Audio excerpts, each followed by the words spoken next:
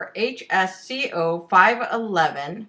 Hi, my name is Joanne Abrahams. I held my group meeting on Thursday, October 1st of 2020.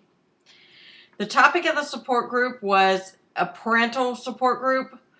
There were 5 members who participated. However, one of them was not yet a parent. She brought a different perspective to what we were talking about. The members included, the first one was my husband, who has a father of 2 children. The second one and third were husband and wife, Aaron and Tasha. I've known Aaron for about 26 years. We went to high school together. We reconnected when we both wound up moving to the same military town. They have 7 children between the 2 of them. The fourth member was my friend, Wani. She is a mother of 4 children, all female girls. I know her because my husband worked with her in the same unit, and she and I became friends quickly after he invited her to one of our kids' birthday parties. And the final member was a surprise member. It was Wani's oldest daughter. She's 18. And she doesn't have any children, so she brought a different perspective for us. We had another group member that was supposed to attend, and he did not show up that day. We called him, and he had somehow written it down for the next day, even though we had literally spoken to him the day before to confirm. So less than 24 hours before our group was supposed to meet, I had several cancellations and filled those spots with other members. This actually caused for the dynamics to change in the group, requiring me to change the subject for the actual group. Originally, I was supposed to meet with different groups of married couples that were in interracial relationships and talk about cultural and diversity differences within the marriages. Because I didn't have those married couples any longer, I had to change the topic of the group.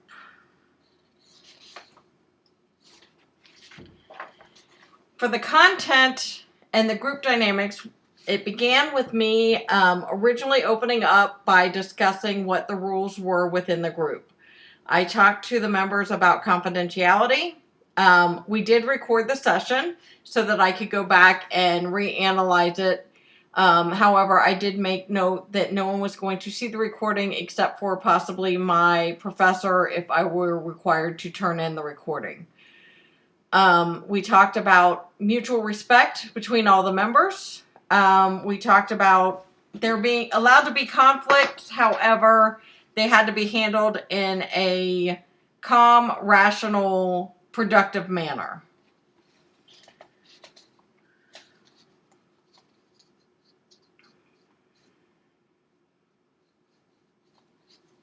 I then began and opened the meeting with a round. I asked each member to tell everyone else their name, their children, their names, and their ages. It was actually quite amusing to see some of them with multiple children trying to remember the children in order along with their ages. It kind of broke the ice. We kind of giggled a little, and then we went from there. Once everyone had a chance to speak and tell me who their children were and their parenting experiences, I then went into an open-ended question where I prefaced it. Anyone could answer, just if they had something on their mind to go ahead and talk about it. And the first question I asked was, I asked them to tell me about a time where they had a conflict with their children and how they may have resolved that conflict. That took a little bit of time where each of them, it started with Tasha opening up, talking about a conflict she had with her oldest daughter. Her daughter was pregnant at 17, and she talked about how she was going to support her daughter, but yet not agree with some of the choices and decisions she made. And then others went in. Some of the conflicts were less heavy. Others were quite heavy.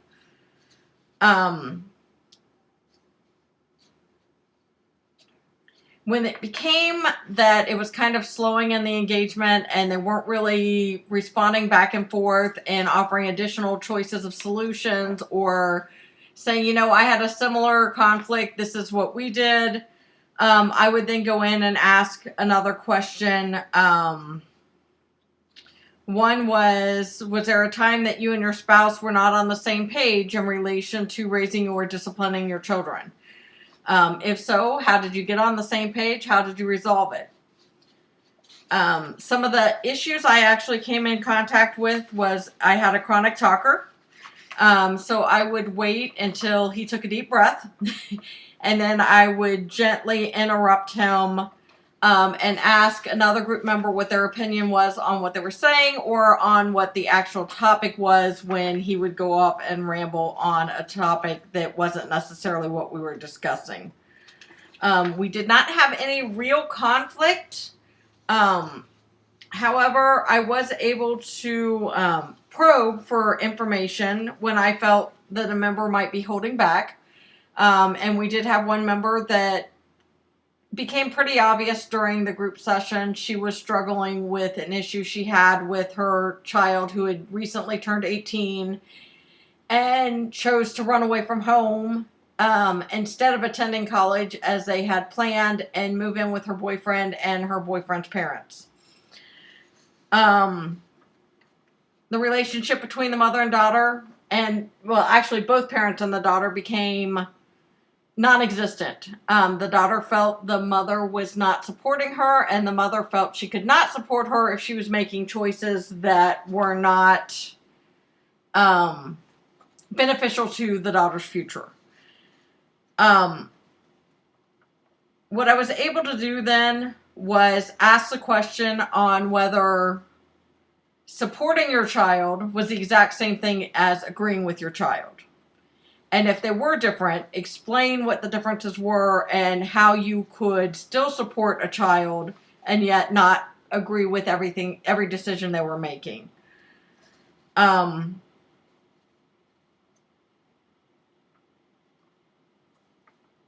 This actually allowed for some healing and some thought to really take place in how the parent was handling the current situation. It turned out the daughter was trying to get some information from her mother in order to actually benefit her future. She was trying to get a job and needed her Social Security number, and the mother was not in any way willing to help her daughter as she felt she was making poor decisions.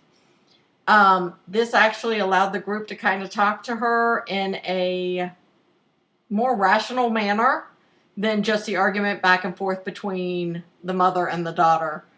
And she was able to realize that maybe she could help her daughter and support her daughter without actually agreeing with what she was saying. And that by withholding that information, she was doing more harm to the relationship and to her daughter than the decisions the daughter had made on her own. Upon my self-assessment, I found that there were some things I did really well, and there were other things that I actually did not do well at all. I revisited the video and found that I was nervously laughing a lot and shifting, which actually took the focus off of the topic and more onto me. I was able to handle the chronic talker, but I felt like it wasn't as smooth as it could be. At times, it felt more like an interview of multiple people than an actual group session where they were interacting with each other. I feel like I chose a great group of cohesive members and unintentionally managed to bring two moms together that have had very similar struggles.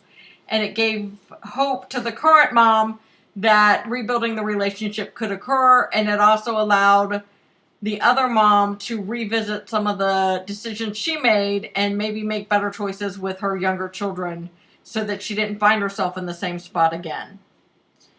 I do need to become more comfortable in a lead position. I prefer to be behind the scenes.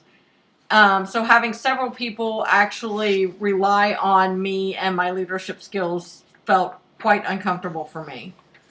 I did feel like I kept the conversation moving forward and moving in a positive direction.